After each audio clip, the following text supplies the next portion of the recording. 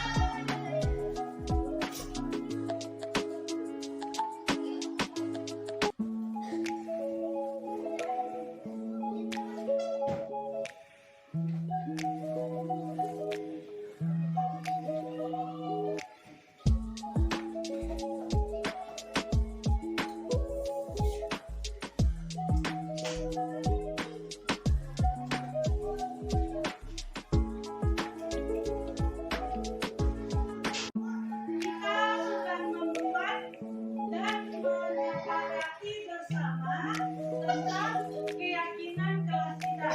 Maka tugas kita semua adalah setelah keyakinan kelas ini dibuat dan disepakati, kita melaksanakan dengan penuh rasa tanggung jawab. Jadi semua yang sudah anak-anak ibu tulis di sini, karena ini adalah dari anak-anak ibu semuanya, maka kita harus laksanakan dengan tanggung jawab. Jadi keyakinan kelas ini tidak hanya sekedar dibuat, tapi juga dilaksanakan.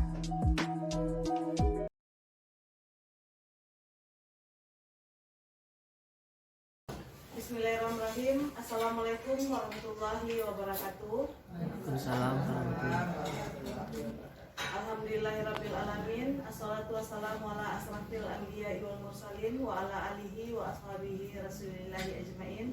Asyhadu an la ilaha illallah wa asyhadu anna muhammadar rasulullah. La nabiyya ba'da, amma ba'du. Puji syukur marilah kita ucapkan kehadirat Allah Subhanahu wa taala karena berkat rahmat dan hidayahnya pada hari ini kita dapat melaksanakan acara pengimbasan budaya positif dalam rangka pemenuhan tugas aksi nyata modul 1.4 dari calon guru penggerak angkatan 7 SD Negeri 09 Belakang Balok.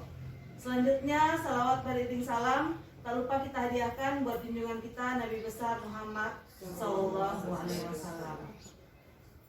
Mengawali acara demi berkahnya kegiatan kita pada hari ini, marilah kita awali kegiatan ini dengan mengucapkan basmalah. Acara yang pertama, pembukaan sekaligus kata sambutan dari Ibu Kepala SDN 09 Belakang Balok. Kepada Ibu Haja Endang Surati Ningsih SPD dipersilahkan.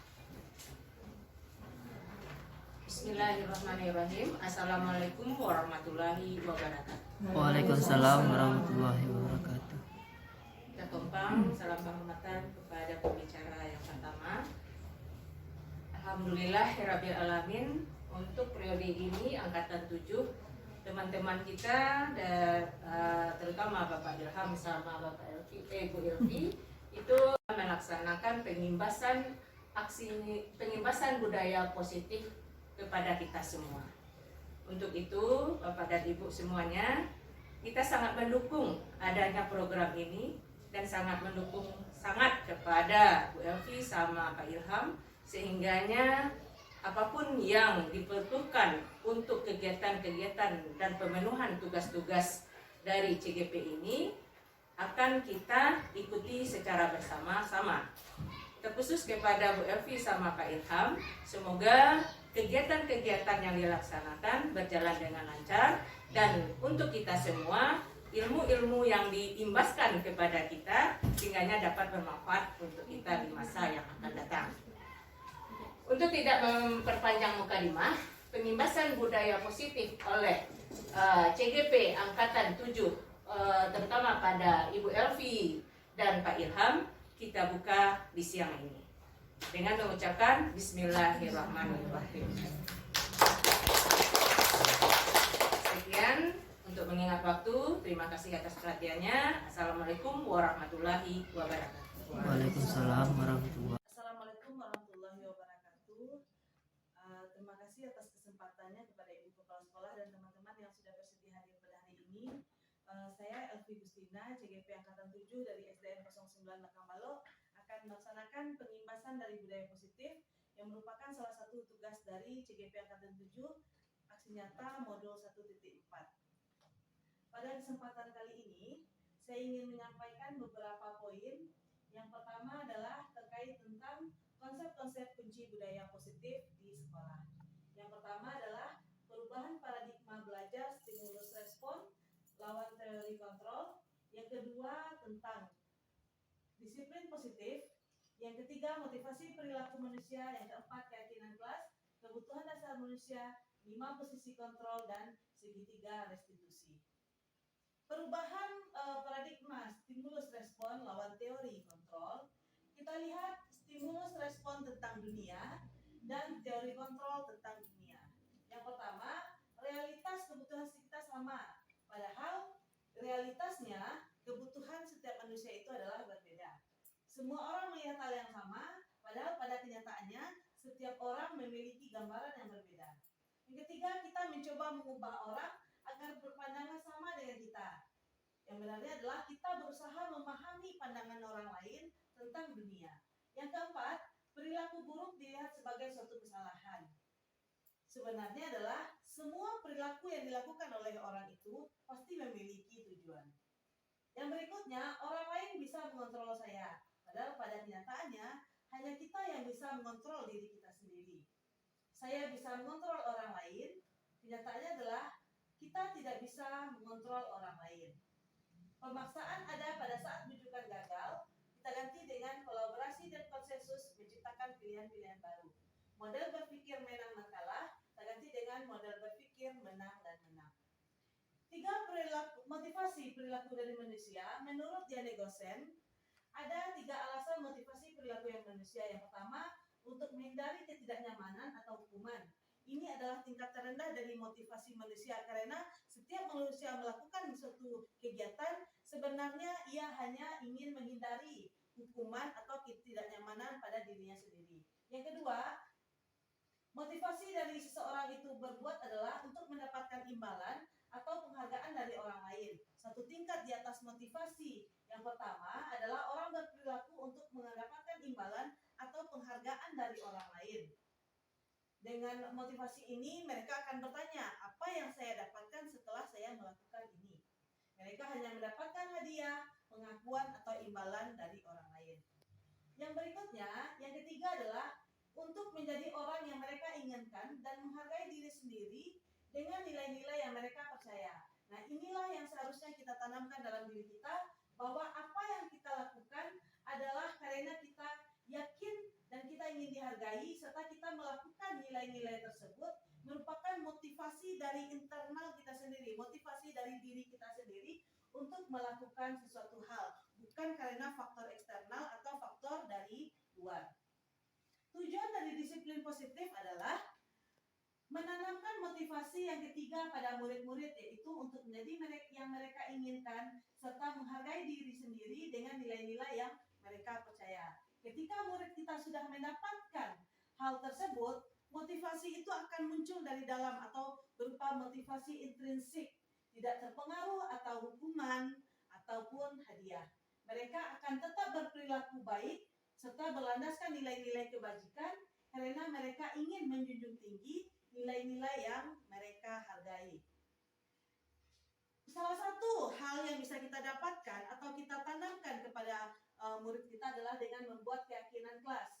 Analisa sederhana dari keyakinan kelas ini adalah mengapa kita memiliki peraturan tentang penggunaan helm pada saat mengendarai. Karena kita yakin bahwa jika kita terjadi sesuatu hal, bahwa kepala kita akan terlindungi. Jadi keyakinan itu muncul dari diri kita sendiri. Yang kedua, mengapa kita memiliki peraturan tentang penggunaan masker dan mencuci tangan setiap saat? Jadi apapun alasan yang kita kerjakan karena dua hal ini merupakan faktor intrinsik dari dalam diri kita sendiri. Berikutnya kemungkinan jawabannya adalah karena kesehatan dan keselamatan. Jadi keyakinan adalah nilai kebijakan universal, baik itu tersirat maupun tersurat, yang lebih menekankan kepada kesadaran seseorang tanpa dorongan dari luar atau bertindak terhadap suatu hal. Berikutnya tentang keyakinan kelas, hukuman, dan penghargaan. Tiga hal ini merupakan satu kesatuan. Mengapa keyakinan kelas? Kenapa tidak peraturan kelas saja? Pertanyaan yang kedua, mengapa adanya keyakinan kelas penting untuk membentuk suatu budaya positif? Yang ketiga, bagaimana mewujudkan sebuah keyakinan kelas? Nah, pertanyaan tersebut akan kita jawab dengan teori Gosen, yaitu keyakinan merupakan motivasi seseorang atau motivasi intrinsik. Nah, seseorang akan lebih tergerak dan bersemangat dalam menjalankan keyakinannya daripada hanya sekedar mengikuti peraturan-peraturan yang ada. Nah, setelah seseorang yakin dengan apa yang dia lakukan, maka dia akan terbiasa untuk melakukannya. Kita tidak perlu lagi menyuruh karena semua yang mereka lakukan berasal dari kemauan mereka sendiri. Dan keyakinan kelas itu senantiasa kita buat dalam bentuk yang positif. Tidak perlu terlalu banyak, cukup yang umum-umum saja, tetapi itu yang akan kita biasakan secara terus-menerus sehingga semua keyakinan kelas tersebut betul-betul terserap dan dilaksanakan oleh peserta didik kita. Dan untuk membuat keyakinan kelas ini, tentu saja semua peserta didik kita berpartisipasi dan berkontribusi dalam membuat keyakinan kelas. Nah, ini beberapa contoh keyakinan kelas yang bisa kita kerjakan. Ini contohnya keyakinan kelas 1 dan kelas 5. Jadi kata-kata dalam keyakinan kelas ini kita buat dalam bentuk kata-kata yang positif. Kita tidak lagi menggunakan kata-kata dilarang atau tidak boleh. Misalnya, dilarang merusak tanaman, tidak boleh menginjak taman. Kita ganti dengan kalimat yang positif. Misalnya, jaga lingkungan kita, atau mari kita rawat lingkungan, atau merawat lingkungan dengan baik. Nah, ini adalah contoh membuat keyakinan kelas. Berikutnya, 5 kebutuhan dasar manusia. Yang pertama adalah kebutuhan bertahan hidup. Yang kedua, cinta dan kasih sayang, penguasaan, kebebasan, dan kesenangan. Contohnya, Ibu Ambar guru kelas 2 sedang bingung menghadapi ulah salah satu muridnya, Doni. Karena sudah beberapa orang yang datang dan mengeluh karena Doni seringkali meminta bekal makan siang kepada mereka secara paksa. Jika kita berada pada posisi Ibu Ambar, apa yang akan kita lakukan? Kira-kira apa alasan Doni melakukan hal tersebut? Kita jangan cepat memvonis anak itu adalah bersalah, tapi kita lihat apa alasan di balik itu. Kita rujuk kembali dengan 5 kebutuhan dasar manusia. Nah, jika dia mengambil makanan tersebut karena dia perlu, karena dia merasa lapar, karena orang tuanya tidak membawakan bekal makanannya, berarti Doni sedang berusaha untuk memenuhi kebutuhan bertahan hidup. Jika ia melakukan hal tersebut karena dia suka mengerjai teman sebayanya, karena dia ingin disukai atau diterima oleh lingkungannya, maka dia sedang berusaha untuk mendapatkan cinta dan kasih sayang. Nah, dalam hal di atas, apabila Doni mengambil bekal temannya karena ia ingin diperhatikan, maka ia akan mengharapkan perhatian dari orang lain karena mungkin orang tuanya kurang memperhatikannya di rumah, maka ia butuh cinta dan kasih sayang dari orang lain. Yang ketiga adalah penguasaan, kebutuhan pengakuan atas kemampuan ini. Kebutuhan ini berhubungan dengan kekuatan untuk mencapai sesuatu, menjadi kompeten, menjadi terampil, dan diakui berprestasi. Dalam kasus di atas, apabila Doni dia ingin merasa hebat dan ingin ditakuti oleh teman-temannya, berarti Doni sedang berusaha ingin memenuhi kebutuhan dasarnya, yaitu kekuasaan. Yang berikutnya adalah kebebasan. Kebutuhan untuk bebas adalah kebutuhan untuk kemandirian, otonomi, memiliki pilihan, dan mampu mengendalikan arah hidup seseorang. Nah, bila dalam kasus tersebut Doni merasa bosan dengan makanan yang selalu dibawakan oleh orang tuanya dari rumah dan ia ingin mencoba hal yang baru, berarti Doni sedang berusaha memenuhi kebutuhan hidupnya, yaitu kebebasan atau freedom. Yang berikutnya adalah kesenangan. Kebutuhan atau kesenangan adalah kebutuhan untuk mencari kesenangan, bermain, dan tertawa. Jika kita kaitkan dengan kasus tersebut, jika Doni ingin melihat ekspresi teman-temannya pada saat ia mengambil makanan temannya tersebut, maka dia sedang berusaha untuk memenuhi kebutuhan hidupnya, yaitu kesenangan. Nah, sekarang kita lihat dengan dunia berkualitas harapan kita adalah kita coba meresapi dari diri kita sendiri untuk menjawab beberapa pertanyaan berikut. Yang pertama, siapakah orang-orang yang paling penting dalam hidup kita?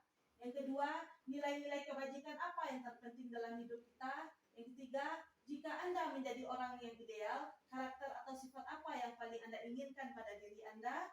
Yang berikutnya, apa pencapaian yang sangat Anda banggakan? Yang kelima, apa pekerjaan ideal Anda? Yang keenam, apa bagian perjalanan hidup Anda di mana Anda merasa itulah titik puncak hidup Anda? Yang ketujuh adalah apa yang paling bermakna dalam hidup Anda. Jika kita sudah menjawab semua pertanyaan ini, kita harapkan bahwa apa yang kita lakukan selama ini, apa yang kita lakukan sebagai seorang guru kepada seorang siswa akan menciptakan hal-hal yang positif di sekolah. sekolah. Nah, dunia yang berkualitas harus bisa meletakkan diri sebagai individu. Murid pun mempunyai gambaran dunia berkualitas. Tentunya kita sebagai guru memasukkan hal-hal yang bermakna, yang bernilai kebajikan kepada semua siswa, sehingga mereka menjadi individu yang positif dan berkualitas karena mereka menghargai nilai-nilai kebajikan, sehingga nilai keyakinan yang sudah kita bangun bersama siswa akan bisa diterapkannya dalam kehidupan sehari-hari. Membuat orang merasa bersalah. Yang ketiga adalah guru sebagai teman. Nah, pada posisi ini guru tidak akan menyakiti murid. Dia akan memposisikan dirinya bisa negatif, bisa positif. Posisi di sini berupa hubungan yang baik yang terjalin antara guru dengan siswa. Biasanya pada posisi ini kita sering menyebutkan kata-kata kepada anak, "Ayo, bantulah demi Bapak ya," atau "Ya sudah, kali ini tidak apa-apa, biar Bapak bantu bereskan."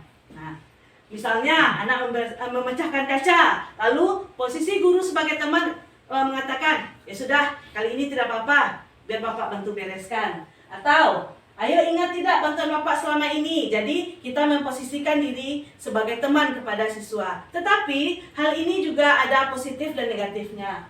Positifnya adalah guru di posisi teman akan menggunakan hubungan yang baik dengan siswa, sehingga siswa merasa dekat dengan kita. Tetapi negatifnya adalah pada saat siswa kita tidak terbantu lagi oleh guru tersebut, maka ia akan merasa kecewa. Ia akan merasa bahwa dia tidak mau lagi berusaha, dia tergantung kepada guru tersebut. Mungkin dengan guru yang satu dia bisa merasa dekat, belum tentu dengan guru yang lain dia juga bisa merasa dekat. Yang berikutnya adalah posisi sebagai pemantau atau monitor. Posisi ini kita bertanggung jawab atau mengawasi perilaku orang-orang yang kita awasi. Dengan menggunakan sanksi atau konsekuensi, hubungan pribadi kita dengan murid sebagai seseorang yang menjalankan posisi pemantau. Biasanya kita menggunakan kata-kata seperti ini. "Ayo, ingat peraturannya apa? Apa yang telah kamu lakukan? Sanksi atau konsekuensinya apa?" Biasanya guru yang sebagai monitor atau pemantau ini, dia menggunakan catatan, data, atau bukti-bukti atas perilaku yang telah dilakukan oleh murid. Posisi monitor sendiri berawal dari teori stimulus respon yang menunjukkan hubungan tanggung jawab guru dengan mengontrol murid. Nah, yang terakhir adalah guru sebagai manajer. Guru sebagai manajer, dia berada di posisi mentor, di mana guru berbuat sesuatu dengan murid, mempersilahkan murid mempertanggungjawabkan perilakunya, mendukung murid agar dapat menemukan solusi dari permasalahannya sendiri. Nah, jadi